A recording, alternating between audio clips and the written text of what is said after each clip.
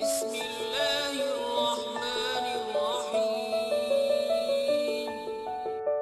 अल्लाह के नाम से जो बड़ा मेहरबान निहायत रहम वाला है। Hello everyone, welcome back to my YouTube channel. In this particular video, I will be talking about job enrichment and job enlargement. I would like to thank Swapna Komati for asking for this particular topic. This is a topic from HRM and again the chapter is job analysis. एक topic जो हमें बहुत ज्यादा confuse करता है वो यही दो टॉपिक हैं कि जॉब एनरिचमेंट और जॉब एनलार्जमेंट में क्या डिफरेंस होता है। ये बहुत ही इंपॉर्टेंट क्वेश्चन है in undergraduate also, postgraduate also, competitive exams also. हर जगह पर ये क्वेश्चन हमसे कहीं ना कहीं पूछा जाता है। तो let's clear out the confusion. आज कंफ्यूजन क्लियर कर देते हैं। Before starting what we will be covering in this particular lecture, हम क्या क्या चीजें कवर करेंगे उसके बारे में बात कर लेते हैं। Will discuss about what is understanding the job enrichment क्या होता है उसके बारे में बात करेंगे। How job can be enriched, आप किस तरह से जॉब को एनरिच कर सकते हैं उसके बारे में बात करेंगे। Will be discussing about advantages and limitation of job enrichment. Then we'll discuss about the job enlargement, what exactly is job enlargement, and in the last we'll be discussing about job enrichment versus job enlargement. These are the 5 topics which we will be covering in this particular lecture. So let us begin. Let's discuss what is job enrichment. It increases the content of a job or the deliberate upgrading of the responsibility, scope and challenge in the work. Over a period of time, हम कोई भी job करते हैं, चाहे वो किसी भी तरह की जॉब है, हम बैंक में जॉब कर रहे हैं, हम टीचिंग किसी कॉलेज में प्रोफेसर हैं, हम किसी प्राइवेट सेक्टर में जॉब कर रहे हैं, किसी आईटी सेक्टर में जॉब कर रहे हैं। अक्सर जॉब मोनोटोनस हो जाती है। जॉब में आपका जो इंटरेस्ट होता है वो कम हो जाता है, उसका मोटिवेशन लेवल कम हो जाता है। तो कहीं ना कहीं एक ऑर्गेनाइजेशन के सामने एक चैलेंज होता है कि हम उसको कैसे ठीक करें, हम उसको कैसे दोबारा से मोटिवेशनल बनाए उस जॉब को। तो वहां पर एक टेक्निक जो यूज होती है दैट्स कॉल्ड जॉब एनरिचमेंट। अब जॉब एनरिचमेंट में हम करते क्या है, हम जॉब के कंटेंट को बढ़ाने की कोशिश करते हैं, हम उसमें रिस्पॉन्सिबिलिटीज बढ़ा देते हैं, हम उसके स्कोप और उसके चैलेंज को बढ़ा देते हैं। ऑब्वियसली जॉब जितना ज्यादा चैलेंजिंग होगा उतना ज्यादा लोगों को एक्साइट करेगा। कहीं ना कहीं ये assumption है इस जॉब एनरिचमेंट के पीछे। If the job is challenging, the more excited people will feel and that's why they will work more harder to achieve those challenges. उस challenges को achieve करने के लिए वो उससे भी ज्यादा काम करेंगे। It is more like a motivational technique. कहीं ना कहीं एक motivational technique की तरह काम करता है which focuses on the need for challenging job and interesting work.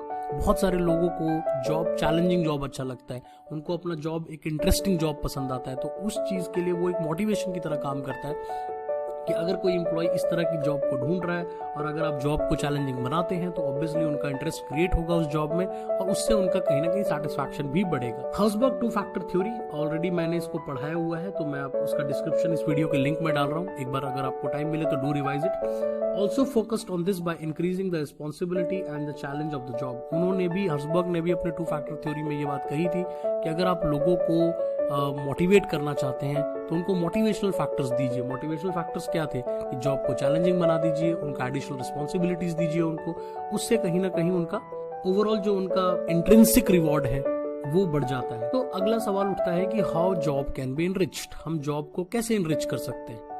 अब जॉब एनरिच करने का क्या मतलब है, बाय एडिंग न्यू टास्क। आप नए टास्क ऐड कर दें। अगर लोग पहले लेट अस सपोज ए वर्क कर रहे थे, वो ए काम कर रहे थे, आप उनको बी वर्क दे दें, ठीक है, लेकिन उनका स्केल भी बढ़ाएं। याद रखिएगा जॉब एनरिचमेंट में स्केल बढ़ता है, आप सेम लेवल पे काम नहीं करते, आपका लेवल भी बढ़ जाता है। तो कहीं ना कहीं वर्टिकल एक्सपेंशन होता है, ऊपर की तरफ जाते हैं आप। एक तरह का प्रमोशन कह सकते हैं कि आप यहाँ पे काम कर रहे थे पहले, आपको हमने प्रमोट करके अब ये बना दिया। तो ऑब्वियसली जैसे आप बढ़ेंगे ऊपर, आपका प्रमोशन होगा तो ऑटोमेटिकली आपके न्यू टास्क ऐड हो जाएंगे। तो अगर न्यू टास्क ऐड हो रहे हैं तो जॉब एनरिचमेंट हो रहा है।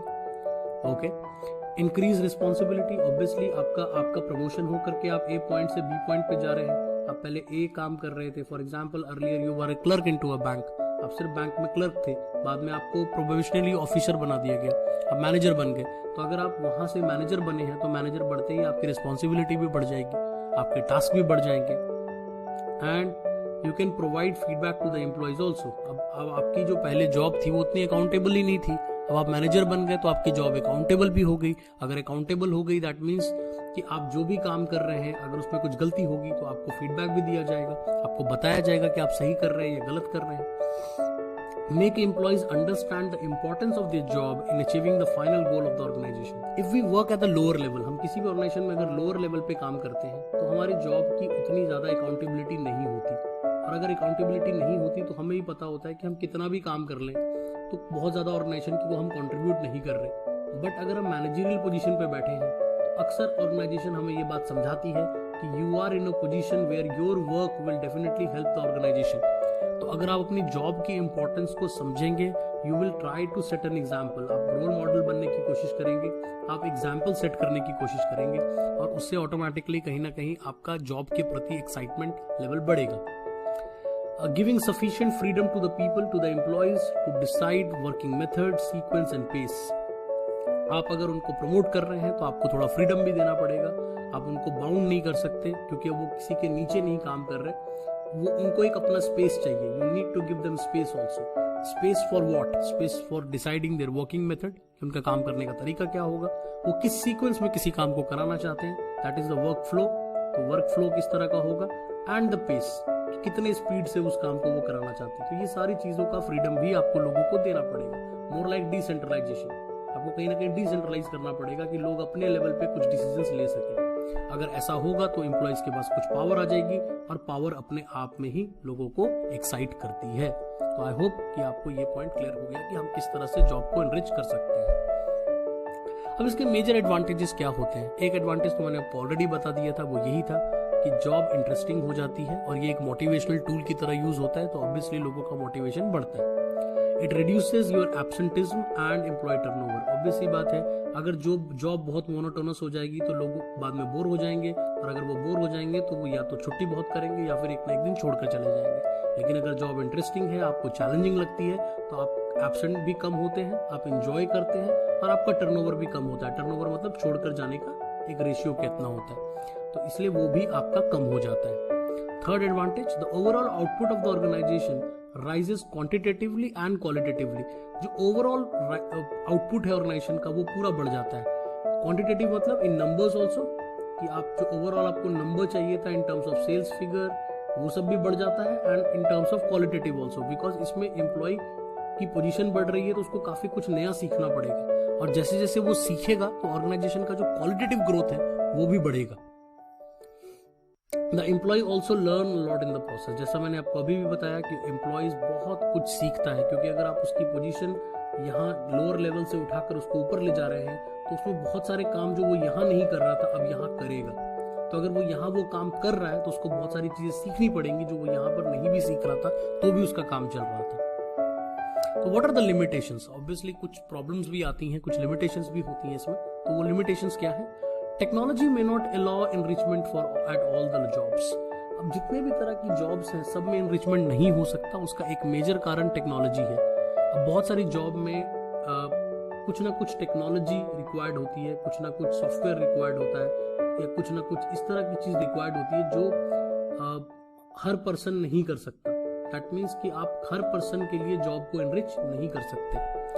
कुछ कुछ पोजीशंस के लिए किया जा सकता है, कुछ कुछ लोगों के लिए किया जा सकता है, but it can not be applicable to all people. Another is not every employ want a challenging job. यही तो मेजर प्रॉब्लम है। सबसे बड़ा जो मेजर प्रॉब्लम है वो यही है कि सभी लोगों को चैलेंजिंग जॉब चाहिए ही नहीं।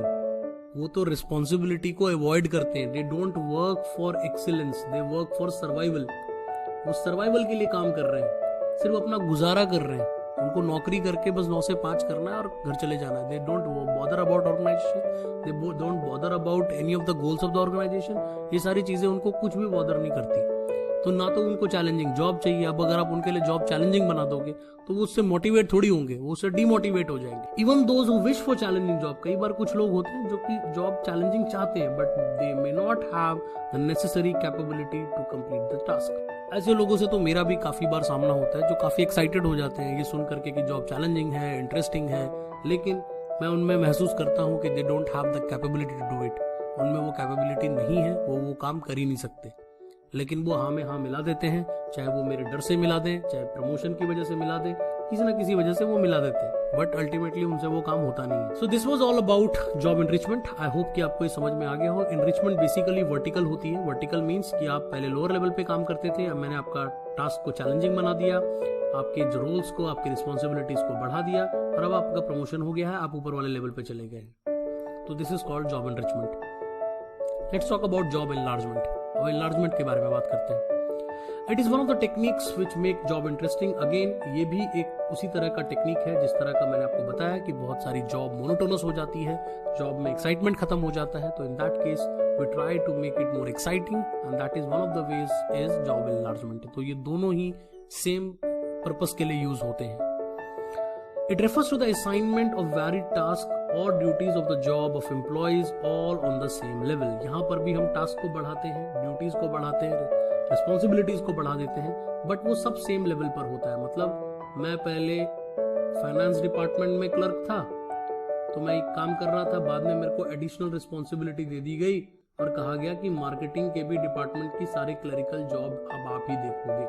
तो मेरी जो जॉब की प्रोफाइल थी वो नहीं बढ़ी हुई, मेरा सिर्फ काम बढ़ गया है। ठीक है, अब मैं पहले फाइनेंस का देख रहा था, मैं मार्केटिंग का भी देखूंगा। तो कहीं ना कहीं हम उसके ड्यूटीज को बढ़ा रहे हैं, हम उसके टास्क को बढ़ा रहे हैं, बट उसका लेवल नहीं बढ़ रहा। He is working on the same level, वो सेम लेवल पे काम कर रहे हैं। These additional task do not require any special skills. Obviously यहाँ पर कोई स्पेशल स्किल्स थोड़ी चाहिए। अब यहाँ भी क्लर्कल काम कर रहे थे, तो पहले एक डिपार्टमेंट का देख रहे थे, अब दूसरे डिपार्टमेंट का भी आप देखने लग जाओगे। तो you basically doesn't require any special skills. मुझे नहीं पता इससे जॉब एक्साइटमेंट कैसे होती होगी, क्योंकि अगर जॉब एक्साइटमेंट कैसे होगी, आपको कोई प्रमोशन नहीं मिल रहा, आपको कोई बहुत ज्यादा एडिशनल रिस्पॉन्सिबिलिटी से हो सकता है आपको कुछ थोड़ा सैलरी वैलरी में हाइक मिल जाए, but ultimately I don't find job environment will really help. बल्कि इससे लोगों का काम बहुत बढ़ जाएगा और they may find it very bored, और ज्यादा बोर्डम बढ़ भी सकता है, क्योंकि जॉब का नेचर तो सेम ही है, कोई स्पेशल स्किल्स तो रिक्वायर है नहीं। It is an horizontal expansion. मैंने आपको बता दिया हॉरिजॉन्टल एक्सपेंशन है, that means it is eight the same level. ये सेम लेवल पे एक्सपेंशन हो रहा है, कोई ऐसा आप ऊपर लेवल पे नहीं जा रहे।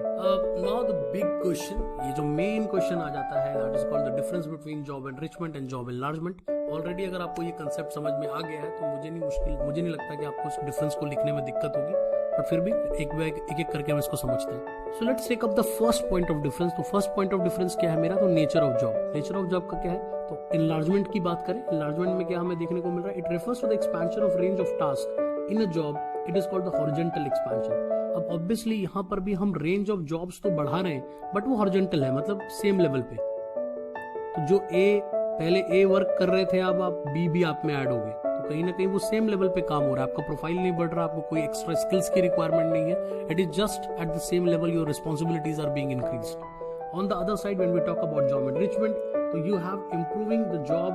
आपको क्वालिटी ऑफ जॉब को बड़ा करना है। क्वालिटी ऑफ जॉब मतलब आप पहले लोअर लेवल पे काम कर रहे थे, अब हायर लेवल पे चले जाएंगे, तो जो नेचर का पूरा जॉब का जो एक क्वालिटी जॉब थी वो आपकी बढ़ जाती है, and it's more like an vertical expansion. ये कंप्लीटली वर्टिकल एक्सपेंशन की तरह है, ऊपर की तरफ आप बढ़ते हैं। Let's talk about the second point, that's called purpose. Purpose क्या है? तो main purpose of job enlargement की मोनोटोनस को खत्म करें। तो अगर हम किसी एक डिपार्टमेंट में काम कर करके मोनोटोनस बोर हो गए हैं, तो हम कहीं ना कहीं लोगों को दूसरे डिपार्टमेंट का जॉब भी उसको पकड़ा देते हैं, और उससे उसकी थोड़ी थोड़ी मोनोटोनस एडिशनल रिस्पॉन्सिबिलिटी के आने की वजह से वो अगर पहले 4 काम कर रहा था तो 8 काम करने लग जाता है। तो कहीं ना कहीं ऑब्जेक्टिव यही रहता है कि हम मोनोटोनस को कम करें, बट आई डाउट कि पता नहीं इससे मोनोटोनस कम होता है या नहीं होता है। On the other side, this makes the job more lively, more challenging and more satisfying. कहीं ना कहीं जॉब का चैलेंज बढ़ जाता है, जॉब बहुत लाइवली हो जाती है, आपको एक नया प्रोफाइल मिलता है, आपको नए नए स्किल्स सीखने को मिलते हैं, तो वो ज़्यादा बेटर है। जॉब एनरिचमेंट काफ़ी हेल्प करता है, बट जैसा मैंने आपको बताया था जॉब एनरिचमेंट के लिमिटेशन में कि हर पर्सन के लिए और हर जॉब के लिए एनरिचमेंट नहीं किया जा सकता। Let's talk about the third difference, that is need for skills. Obviously you don't require any special skills, क्योंकि आप सेम लेवल पे काम कर रहे हैं, सेम प्रोफाइल के लिए काम कर रहे हैं, तो कोई ऐसे स्पेशल स्किल्स की रिक्वायरमेंट नहीं होगी। And on the other side यहाँ पर तो आपको हाई ऑर्डर स्किल्स सीखने पड़ेंगे, बिकॉज आपका प्रमोशन हो गया है, you have been moved from one ladder to another ladder, तो आपको काफी सारी चीजें सीखनी पड़ेंगी जो पहले आपको नहीं आती थी। Next is your external direction and control. जिस प्रोफाइल पे आप ऑलरेडी काम कर रहे थे, अगर उसी प्रोफाइल पर आपकी रिस्पॉन्सिबिलिटीज को बढ़ाया जा रहा है, इसका मतलब आपके पास और ज्यादा काम आ गया है, तो आपको ज्यादा डायरेक्शन और ज्यादा सुपरविजन की जरूरत पड़ेगी। द रीजन इज आपसे काफी सारी गलतियां हो सकती हैं, क्योंकि किसी और डिपार्टमेंट का काम आपको मिल गया है, तो वहां गलती होने के चांसेस है। ऑन द अदर साइड यहाँ पर आपको फ्रीडम दिया जाएगा, तो थोड़ा कम भी एक्सटर्नल सुपरविजन होगा तो भी काम चल जाएगा। क्योंकि हम ये मानकर चल रहे हैं कि हम जिस पर्सन को प्रमोट कर रहे हैं ऑब्वियसली वो कैपेबल था, तभी हमने उसको promote. This was all about the difference between job enrichment and job enlargement. I hope the point is clear. So thanks for watching. Do subscribe to my channel, hit the like button and also hit the bell icon. We'll be meeting in the next session. और इसी के साथ हमारी आज की video खत्म होती है। उम्मीद करता हूँ कि आप सबको हमारी वीडियो बहुत पसंद आई होगी और आप सबका भी बहुत बहुत शुक्रिया कि आपने हमारी इस वीडियो को देखा।